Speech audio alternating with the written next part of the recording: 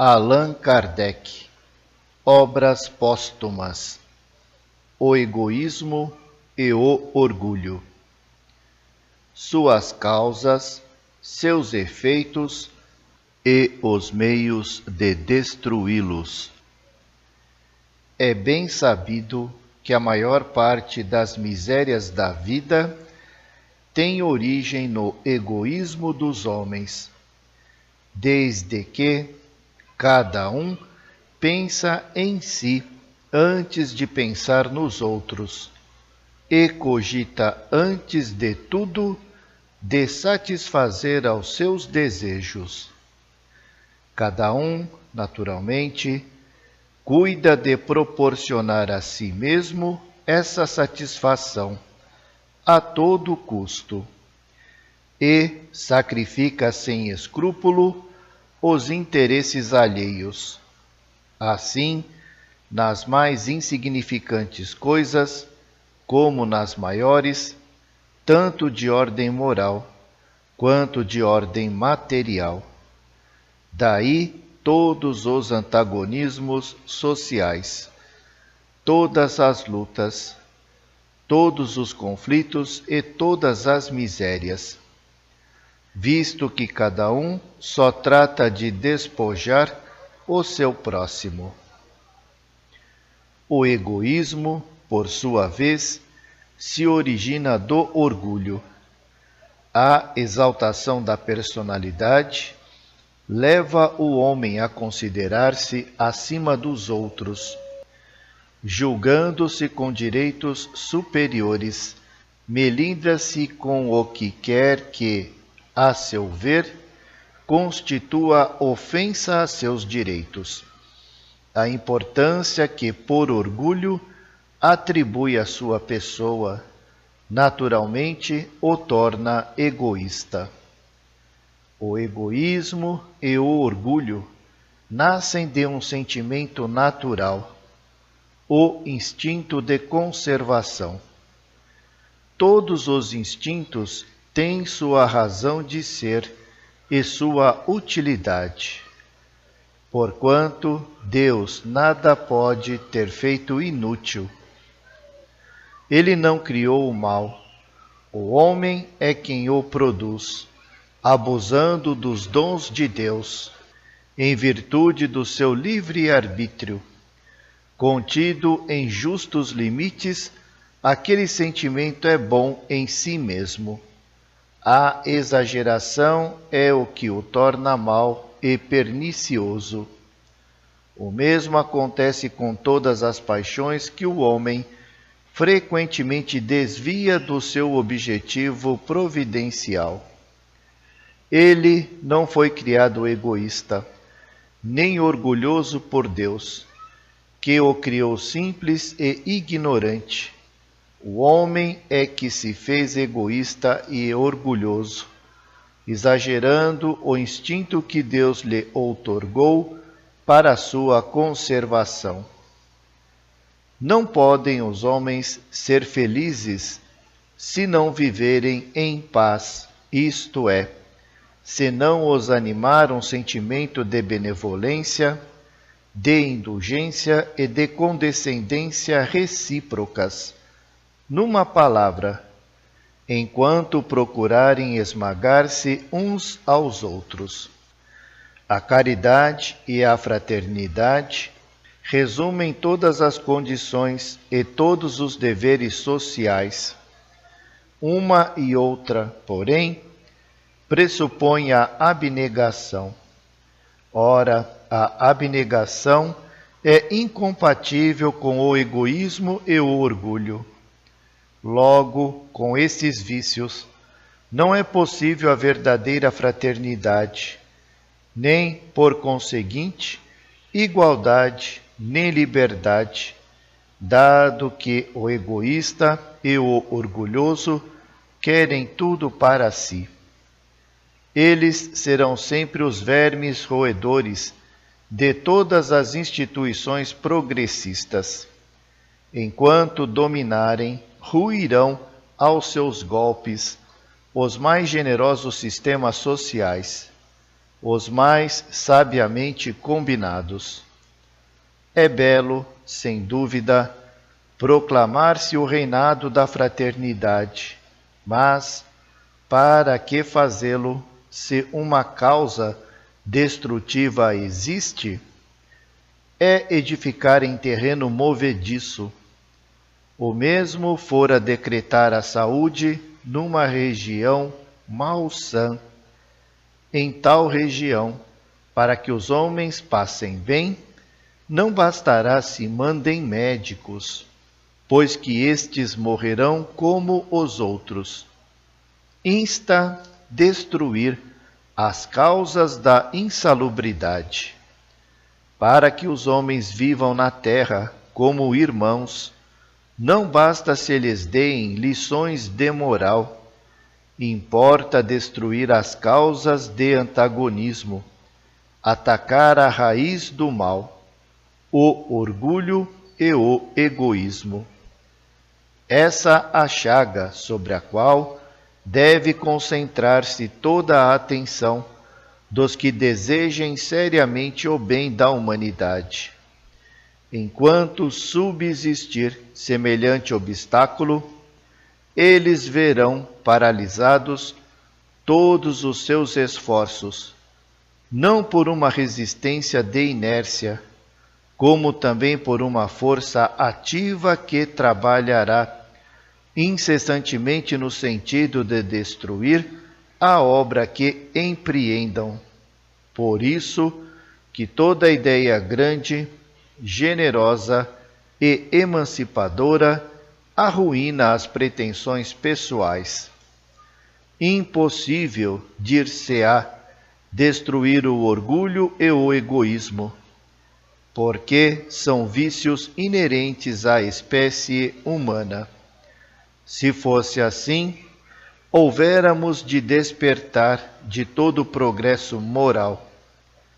Entretanto, desde que se considere o homem nas diferentes épocas transcorridas, não há negar que evidente progresso se efetuou. Ora, se ele progrediu, ainda naturalmente progredirá. Por outro lado, não se encontrará homem nenhum sem orgulho nem egoísmo? Não se vêem, ao contrário, criaturas de índole generosa, em que parecem inatos os sentimentos do amor ao próximo, da humildade, do devotamento e da abnegação? O número delas, positivamente, é menor do que o dos egoístas. Se assim não fosse, não seriam estes os últimos os fautores da lei. Há muito mais criaturas dessas do que se pensa, e, se parecem tão pouco numerosas, é porque o orgulho se põe em evidência, ao passo que a virtude modesta se conserva na obscuridade. Se, portanto, o orgulho e o egoísmo se contassem entre as condições necessárias da humanidade, como a da alimentação para sustento da vida, não haveria exceções. O ponto essencial, pois, é conseguir que a exceção passe a constituir regra.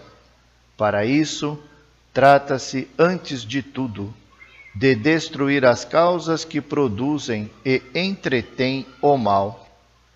Dessas causas, a principal reside, evidentemente, na ideia falsa que o homem faz da sua natureza, do seu passado e do seu futuro. Por não saber de onde vem, ele se crê mais do que é, e não sabendo para onde vai, concentra na vida terrena todo o seu pensar. Acha-a tão agradável quanto possível. Anseia por todas as satisfações, por todos os gozos. Essa a razão porque atropela sem escrúpulo o seu semelhante. se este lhe opõe alguma dificuldade. Mas, para isso, é preciso que ele predomine. A igualdade daria a outros direitos que ele só quer para si. A fraternidade lhe imporia sacrifícios, em detrimento do seu bem-estar. A liberdade também ele só a quer para si e somente a concede aos outros quando não lhe fira de modo algum as prerrogativas. Alimentando todos as mesmas pretensões, tem resultado os perpétuos conflitos que os levam a pagar bem caro os raros gozos que logram obter. Identifique-se o homem com a vida futura e completamente mudará a sua maneira de ver, como a do indivíduo que apenas por poucas horas haja de permanecer numa habitação má e que sabe que, ao sair, terá outra, magnífica, para o resto de seus dias. A importância da vida presente, tão triste, tão curta, tão efêmera, se apaga para ele ante o esplendor do futuro infinito que se lhe desdobra às vistas. A consequência natural e lógica dessa certeza é sacrificar o homem um presente fugidio a um porvir duradouro, ao passo que antes ele tudo sacrificava ao presente. Tomando por objetivo a vida futura, pouco lhe importa estar um pouco mais ou um pouco menos nesta outra. Os interesses mundanos passam a ser o acessório em vez de ser o principal. Ele trabalha no presente com o fito de assegurar a sua posição no futuro, tanto mais quando sabe em que condições poderá ser feliz. Pelo que toca aos interesses terrenos, podem os humanos criar-lhe obstáculos. Ele tem que os afastar e se torna egoísta pela força mesma das coisas. Se lançar os olhos para o alto, para uma felicidade a que ninguém pode obstar, interesse nenhum se lhe deparará em oprimir a quem quer que seja. E o egoísmo se lhe torna carente de objeto. Todavia, restará o estimulante do orgulho. A causa do orgulho está na crença em que o homem se firma da sua superioridade individual. Ainda aí se faz sentir a influência da concentração dos pensamentos sobre a vida corpórea. Naquele que nada vê adiante de si, atrás de si, nem acima de si, o sentimento da personalidade sobrepuja e o orgulho fica sem contrapeso. A incredulidade não só carece de meios para combater o orgulho, como o estimula e lhe dá razão, negando a existência de um poder superior à humanidade. O incrédulo apenas crê em si mesmo. É, pois, natural que tenha orgulho, enquanto que, nos golpes que o atingem, unicamente vê uma obra do acaso e se ergue para combatê-la. Aquele que tem fé percebe a mão de Deus e se submete.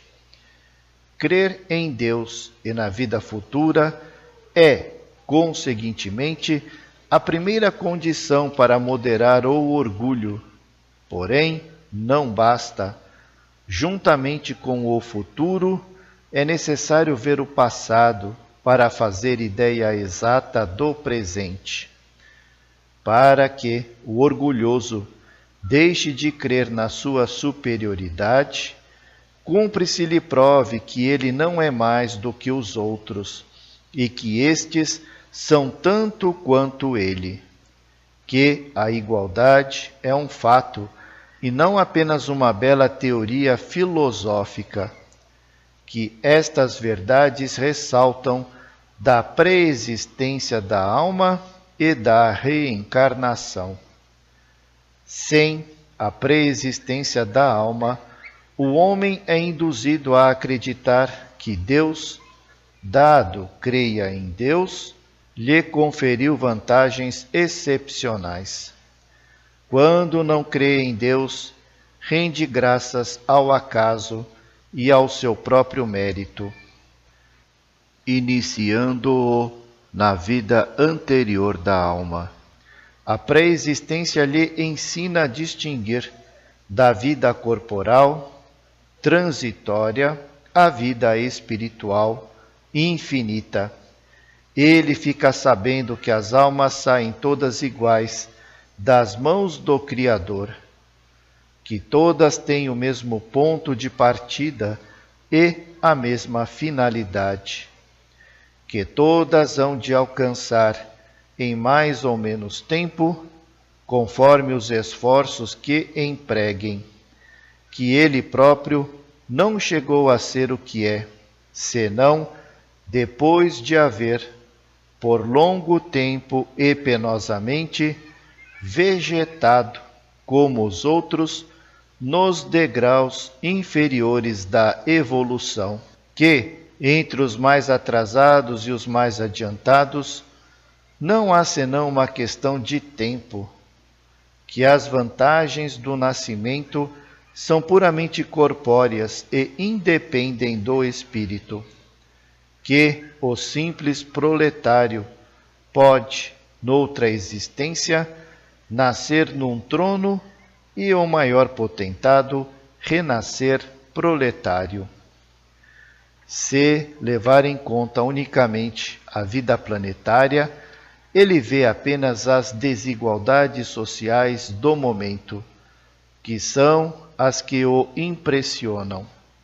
Se, porém, deitar os olhos sobre o conjunto da vida do espírito, sobre o passado e o futuro, desde o ponto de partida até o de chegada, aquelas desigualdades se somem e ele reconhece que Deus nenhuma vantagem concedeu a qualquer de seus filhos em prejuízo dos outros, que deu parte igual a todos e não achanou o caminho mais para uns do que para outros, que o que se apresenta menos adiantado do que ele na terra pode tomar-lhe a dianteira, se trabalhar mais do que ele por aperfeiçoar-se.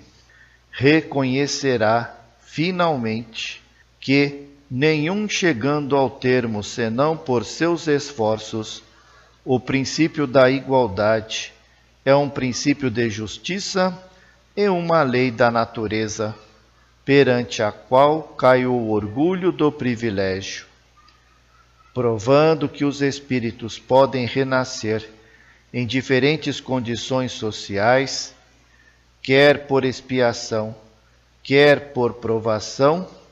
A reencarnação ensina que, naquele a quem tratamos com desdém, pode estar um que foi nosso superior ou nosso igual noutra existência, um amigo ou um parente. Se o soubesse, o que com ele se defronta o trataria com atenção, mas, nesse caso, nenhum mérito teria. Por outro lado, se soubesse que o seu amigo atual foi seu inimigo, seu servo ou seu escravo, sem dúvida o repeliria. Ora, não quis Deus que fosse assim, pelo que lançou um véu sobre o passado. Deste modo, o homem é levado a ver em todos irmãos seus e seus iguais, donde uma base natural para a fraternidade, sabendo que pode ser tratado como haja tratado os outros, a caridade se lhe torna um dever e uma necessidade fundados na própria natureza.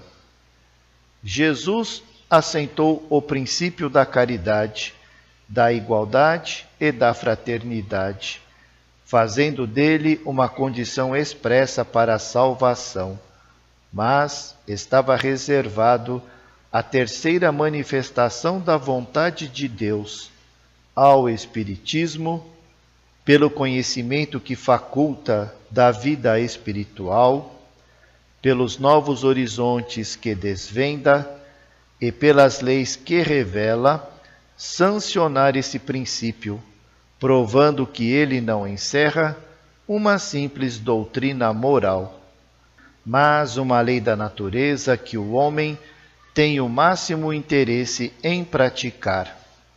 Ora, ele a praticará, desde que, deixando de encarar o presente como o começo e o fim, compreenda a solidariedade que existe entre o presente, o passado e o futuro.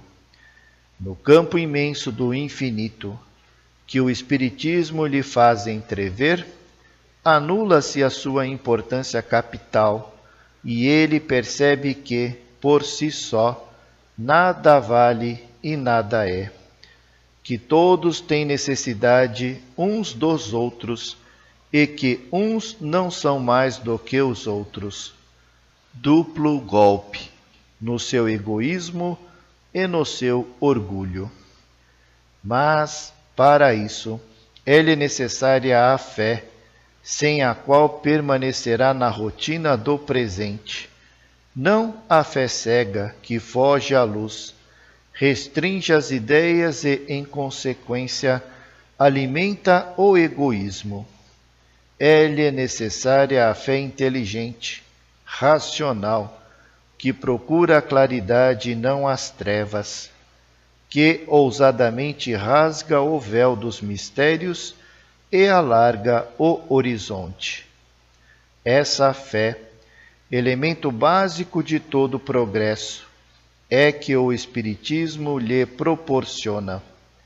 Fé robusta, porque assente na experiência e nos fatos, porque lhe fornece provas palpáveis da imortalidade da sua alma, lhe mostra de onde ele vem, para onde vai e por que está na terra, e, finalmente, lhe firma as ideias ainda incertas sobre o seu passado e sobre o seu futuro.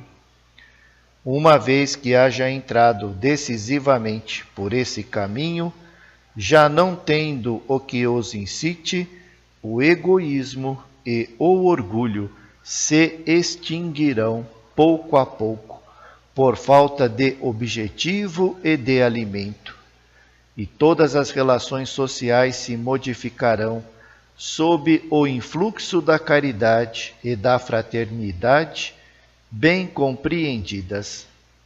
Poderá isso dar-se por efeito de brusca mudança?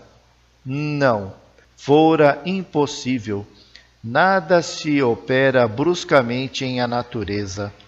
Jamais a saúde volta de súbito a um enfermo. Entre a enfermidade e a saúde, há sempre a convalescença. Não pode o homem mudar instantaneamente o seu ponto de vista e volver da terra para o céu o olhar. O infinito o confunde e deslumbra. Ele precisa de tempo para assimilar as novas ideias. O Espiritismo é, sem contradita, o mais poderoso elemento de moralização, porque mina pela base o egoísmo e o orgulho, facultando um ponto de apoio moral. Há feito milagres de conversão. É certo que ainda são apenas curas individuais e não raro parciais.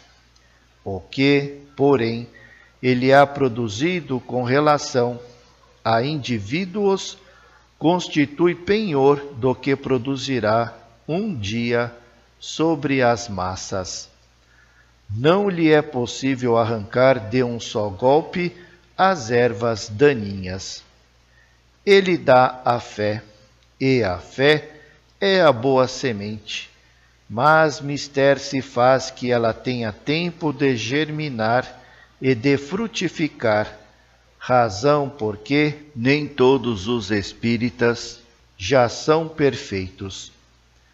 Ele tomou o homem em meio da vida, no fogo das paixões, em plena força dos preconceitos, e se, em tais circunstâncias, operou prodígios, que não será quando tomar ao nascer, ainda virgem de todas as impressões malsãs, quando a criatura sugar com o leite a caridade e tiver a fraternidade a embalá-lo, quando, enfim, toda uma geração for educada e alimentada com ideias que a razão, desenvolvendo-se, fortalecerá em vez de falsear, sob o domínio destas ideias, a cimentarem a fé comum a todos, não mais esbarrando o progresso no egoísmo e no orgulho, as instituições se reformarão por si mesmas e a humanidade avançará rapidamente para os destinos que lhe estão prometidos na terra, aguardando os do céu.